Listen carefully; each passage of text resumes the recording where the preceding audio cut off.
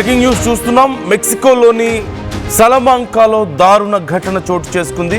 ఒక local football మ్యాచ్లో దుండగులు కాల్పులు జరపడంతో 11 మంది ప్రాణాలు కోల్పోతే 12 మందికి తీవ్ర గాయాలయ్యాయి.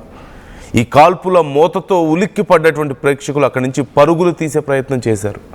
ప్రాణాలు కాపాడుకోవడానికి భయంతో జనాలు పరుగులు తీయడంతో తొక్కిసలాట చోటు చేసుకున్నట్లుగా తెలుస్తోంది.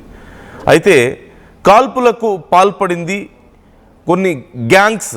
అక్కడ లోకల్గా డ్రగ్స్ అండ్ ఆయిల్ని దొంగతనం చేసి గ్యాంగ్స్గా చలామణి అవుతున్నటువంటి కొంతమందిగా తెలుస్తోంది. వారిని కొన్ని టెర్రరిస్ట్ ఆర్గనైజేషన్స్గా కూడా గుర్తించారు లోకల్గా. నిందితులను పట్టుకోవడానికి ఇప్పటికే ఆపరేషన్స్ కొనసాగుతున్నాయి. అలాగే లోకల్ అలాగే ఫెడరల్ సెక్యూరిటీ ఫోర్సెస్ ఇప్పటికే ఇన్వెస్టిగేషన్ చేస్తున్నట్లుగా తెలుస్తుంది. మ్యాచ్ జరిగింది. మ్యాచ్ అయిపోయిన వెంటనే ఒక సోషల్ గ్యాదరింగ్ కోసం అక్కడ చాలామంది ఉన్నారు. సహజంగా ఇలాంటి మ్యాచెస్ జరిగిన తర్వాత కొన్నిసార్లు పార్టీస్ కూడా జరుగుతూ ఉంటాయి అక్కడ. అయితే ఒక సోషల్ గ్యాదరింగ్ లాగా మ్యాచ్ అయిపోయిన వెంటనే అందరూ అక్కడ ఉన్నారు. సెలబ్రేట్ చేసుకుంటున్న సమయంలో ఒక్కసారిగా అక్కడికి వచ్చిన కొంతమంది డిఫరెంట్ వెహికల్స్లో వచ్చారట. కొంతమంది కార్స్లో బైక్స్లో వచ్చి ఒక గ్యాంగ్ వచ్చి ఆ గ్యాంగ్ ఒక్కసారిగా స్టేడియంలో ఫైర్ ఓపెన్ చేశారు. అక్కడ స్థానికులు చెప్పిన దాని ప్రకారం మోర్ దాన్ 100 షాట్స్ మేము విన్నామని చెప్తున్నారు. గన్ షాట్స్ 100 కంటే ఎక్కువగా విన్నామంటున్నారు. మరికొంతమంది ఇంకా 200 వరకు కూడా మేము వినుండొచ్చేమో. నంబర్ ఆఫ్ షాట్స్ మేము కౌంట్ చేయలేనంత ఎక్కువ షాట్స్ ఉన్నాయి అక్కడ అని చెప్తున్నారు. ఈ ఘటనలో 11 మంది ప్రాణాలు కోల్పోయారు. 12 మంది తీవ్రంగా గాయపడ్డారు. మరికొంతమంది తొక్కిసలాట్లో కూడా గాయపడ్డట్లుగా మనకు సమాచారం అందుతోంది. అయితే అసలు ఇదంతా ఎవరు చేశారు అనే దానికి సంబంధించి ఇప్పుడు లోకల్ అలాగే ఫెడరల్ సెక్యూరిటీ ఇన్వెస్టిగేషన్ చేస్తోంది. అయితే ఈ ఘటన జరిగినటువంటి ప్రాంతం గువానాజువాటో స్టేట్లో ఉన్నటువంటి సలమాంకా అనే ప్రాంతంగా తెలుస్తోంది. సెంట్రల్ మెక్సికో రీజియన్లో ఉన్నటువంటి ప్రాంతం. అయితే ఈ గువానాజువాటో స్టేట్లో లాస్ట్ 1 ఇయర్లో మొత్తం మెక్సికోలో అత్యంత ఎక్కువ క్రైమ్ జరిగినటువంటి ప్రాంతంగా గుర్తించారు. అత్యంత ఎక్కువ హత్యలు జరిగినటువంటి ప్రాంతంగా ఈ గువానాజువాటో అనే ప్రాంతాన్ని గుర్తించారు. ఇక్కడ కొన్ని గ్యాంగ్స్ ఏర్పడి లోకల్గా పెట్రోల్ ట్యాంకర్స్ని హైజాక్ చేయడం, ఆ పెట్రోల్ ట్యాంకర్స్లో ఉండేటువంటి పెట్రోల్ని దొంగతనం చేయడం, అలాగే గవర్నమెంట్ నిర్వహిస్తున్నటువంటి ఈ పెమెక్స్ అనేటువంటి పైప్ లైన్ని కూడా, పెమెక్స్ అనే కంపెనీని నిర్వహిస్తుంది గవర్నమెంట్. అక్కడ ఫ్యూయల్ని సప్లై చేయడానికి, పెట్రోల్ ఇలా ఇతర గ్యాసోలిన్ లాంటివి సప్లై చేయడానికి.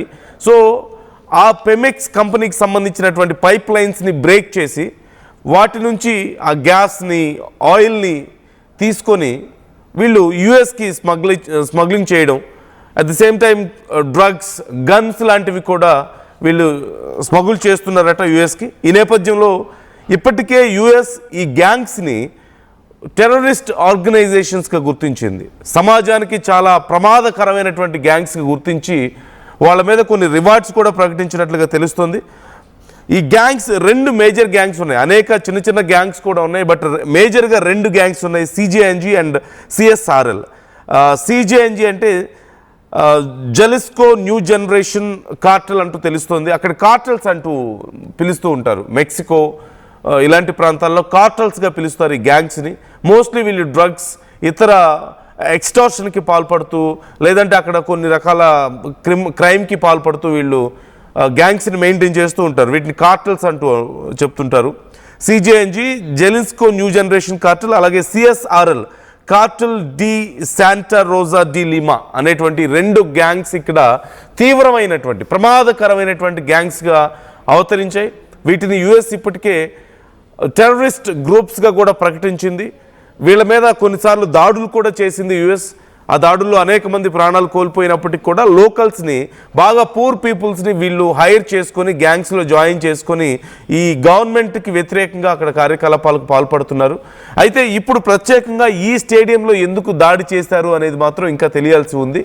అయితే జనంలో తమ గ్యాంగ్ అంటే కొంత భయాన్ని క్రియేట్ చేయడం కోసము ఇలాంటి కారణాలతో వీళ్ళు ఎక్కువగా ఇలాంటి ఘటనలకు పాల్పడుతూ ఉంటారు అంటూ తెలుస్తోంది. వీలైనంత త్వరగా ఈ విచారణని పూర్తి చేస్తాం ఖచ్చితంగా అని చెప్తున్నారు. అలాగే లాస్ట్ 1 ఇయర్లో అత్యంత క్రైమ్ జరిగినటువంటి ప్రాంతంగా గువానా జువాటోను గుర్తించారు. అండ్ ప్రత్యేకంగా కొన్ని ఫోర్సెస్ని ఈ గ్యాంగ్స్ మీద ఫైట్ చేయడం కోసం కూడా ఏర్పాటు చేస్తున్నట్లుగా తెలుస్తోంది. అలాగే యుఎస్ కూడా మేము సిద్ధంగా ఉన్నాం సపోర్ట్ చేయడానికి అంటున్నారు. యుఎస్కి కూడా మెక్సికో నుంచి పెద్ద ఎత్తున డ్రగ్స్ సప్లై అవుతూ ఉంటాయి, గన్స్ సప్లై అవుతూ ఉంటాయి. అలాగే ఇల్లీగల్గా ఆయిల్ని, గ్యాస్ని కూడా వాళ్ళు అక్కడి నుంచి సప్లై చేస్తున్నట్లుగా తెలుస్తుంది. దీనివల్ల యుఎస్లో సైతం చాలా తీవ్రమైనటువంటి నష్టం జరుగుతుంది. గవర్నమెంట్కి, ప్రజలకి కూడా నష్టం జరుగుతున్న నేపథ్యంలో యుఎస్ సైతం ఒక ప్రత్యేకమైనటువంటి టీంని ఏర్పాటు చేసినట్లుగా తెలుస్తుంది. వీళ్ళని కౌంటర్ టెర్రరిజం టీం లాంటిది ఒకటి ఏర్పాటు చేసి వీళ్ళ మీద ఫైట్ చేయడానికి వాళ్ళకి సప్లై చేస్తున్నారు, ఫెసిలిటీస్ అన్ని ఇస్తున్నట్లుగా తెలుస్తుంది.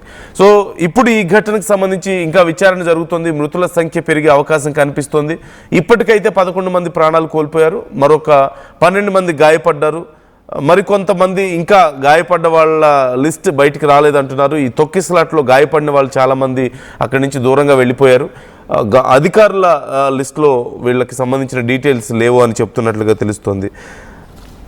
ఈ అంశానికి సంబంధించి మీ అభిప్రాయాలు ఎలా ఉన్నాయనేది కామెంట్ చేసే ప్రయత్నం చేయండి. మెక్సికోలో రోజు రోజుకి ఈ గ్యాంగ్స్ ప్రభావం పెరుగుతుంది. వీటికి సంబంధించి చర్యలు తీసుకుంటా ఉంటూ అక్కడ గవర్నమెంట్స్ కూడా చెప్తున్నట్లుగా సమాచారం అందుతోంది. ఒకసారి ఆ ఘటన జరిగిన తర్వాత అక్కడ ఉన్నటువంటి పరిస్థితిని నేను మీకు చూపిస్తాను.